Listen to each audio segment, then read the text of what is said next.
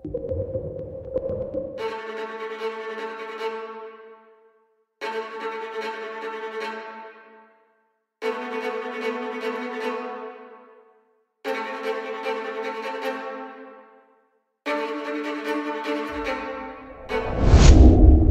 lautan meliputi kira-kira 70% daripada planet ini. Secara purata, air sedalam 3,800 meter. Tetapi di tempat yang paling dalam, air laut memenuhi ruang 11,000 meter di atas dasar laut. Bagi yang berpengalaman menyelam ke dalam laut, akan merasai air menjadi semakin deras dan cepat. Tekanan yang melampau adalah salah satu sebab mengapa dasar lautan masih belum diterokai. Kehilangan misteri kapal selam Titan ketika menuruni dasar ke laut ke puing tinggalan Titanic memberi indikasi bahawa laut lebih bahaya dari apa yang difikirkan. Ia kemudiannya berjaya ditemui penyelamat, akan tetapi segalanya sudah terlambat. Kenapa semakin dalam air, semakin tinggi tekanan yang dihadapi? Astrolab membawa anda tekanan laut dalam. Sebelum tu jangan lupa subscribe Astrolab dan on loceng notifikasi anda. Assalamualaikum dan salam angkasa dari Astrolab. Sekilas fakta, atmosfera bumi mempunyai jisim atau daya yang menekan semua benda di permukaan. Jika anda berada di paras laut, anda mempunyai satu tekanan atmosfera yang menekan anda. Dalam erti kata lain, tekanan di dalam paru-paru anda adalah sama dengan tekanan udara di sekeliling anda. 1.033 kg pada setiap sentimeter persegi atau 1 atmosfera tekanan. Anda boleh membayangkan sebagai lajur udara yang bergerak dari bahagian atas kepala anda ke pinggir atmosfera bumi. Jika anda bergerak dengan lebih tinggi, contohnya dengan mendaki gunung atau terbang dalam belon udara panas, lajur menjadi lebih pendek, terdapat kurang udara di atas anda dan tekanan udara berkurangan. Di lautan, tekanan berfungsi dengan cara yang sama tetapi bukannya hanya mempunyai lajur udara di atas anda juga mempunyai berat semua air di atas anda, menekan paru-paru anda. Dan air jauh lebih berat daripada udara. Untuk setiap 10 meter anda meluru ke bawah permukaan, tekanan meningkat sebanyak 1 atmosfera. Pada 2,500 meter, kedalaman lubang hidroterma di Juan di Fuca Ridge sebagai contoh, anda akan mempunyai 250 atmosfera tekanan pada anda. Anda boleh bayangkan seekor gajah berdiri di ibu jari kaki anda. Apabila seseorang, ikan atau makhluk laut lain berenang, air menekan semua sisi mereka. Mereka merasakan tekanan yang sama dari semua arah. Berhampiran permukaan lautan, tekanan itu sama dengan apa yang kita rasa apabila berdiri di darat. Jumlah tekanan ini dipanggil atmosfera. Istilah ini digunakan sebagai unit ukuran.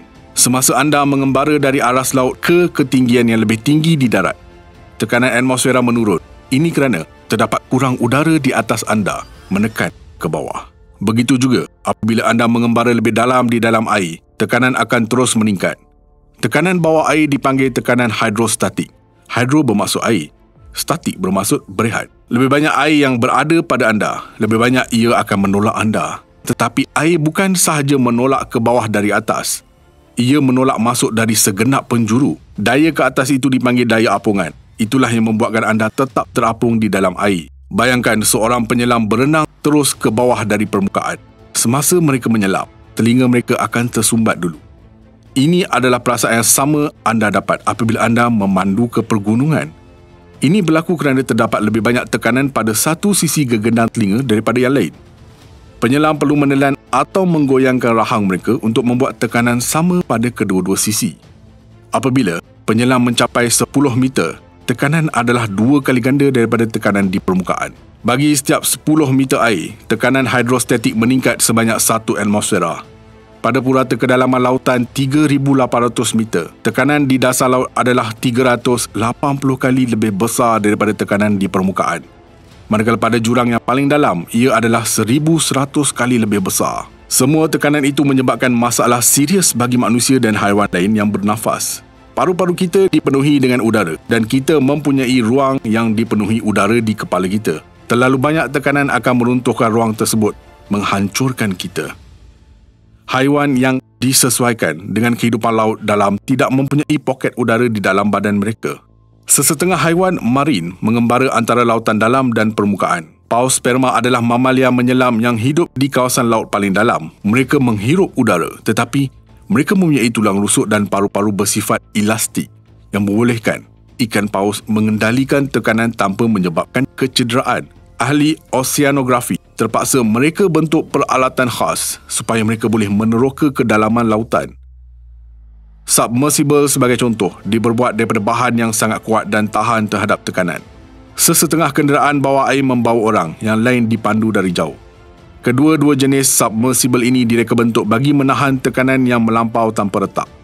Instrumen yang digunakan untuk mengambil ukuran juga haruslah berfungsi di bawah semua tekanan itu. Jurutera juga berusaha untuk menjadikan kenderaan bawah air secara neutral. Harus diingati bahawa daya apungan ialah daya air yang menolak ke atas objek. Bayangkan ruang yang diambil oleh objek itu sebaliknya diisi dengan air.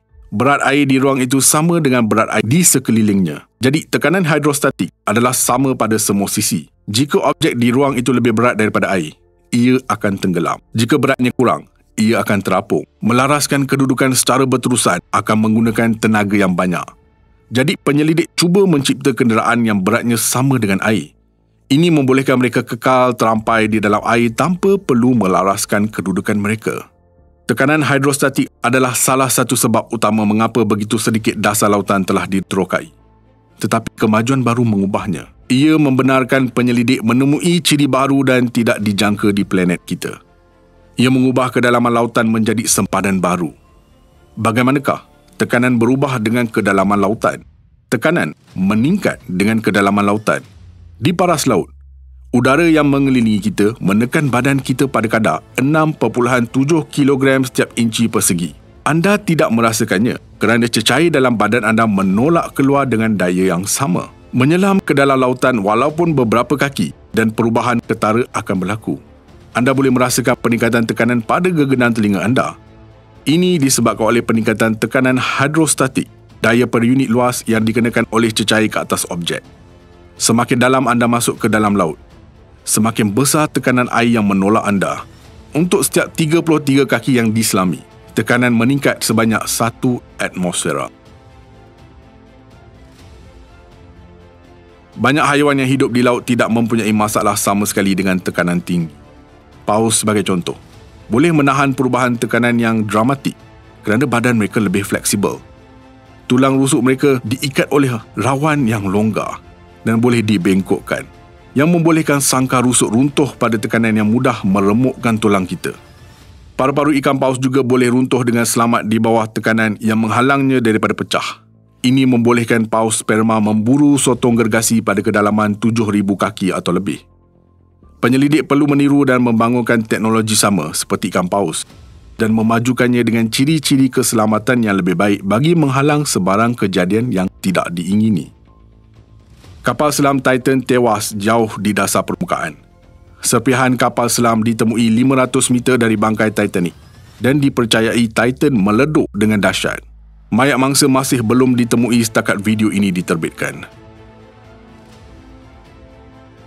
Adakah anda seorang klaustrofobik?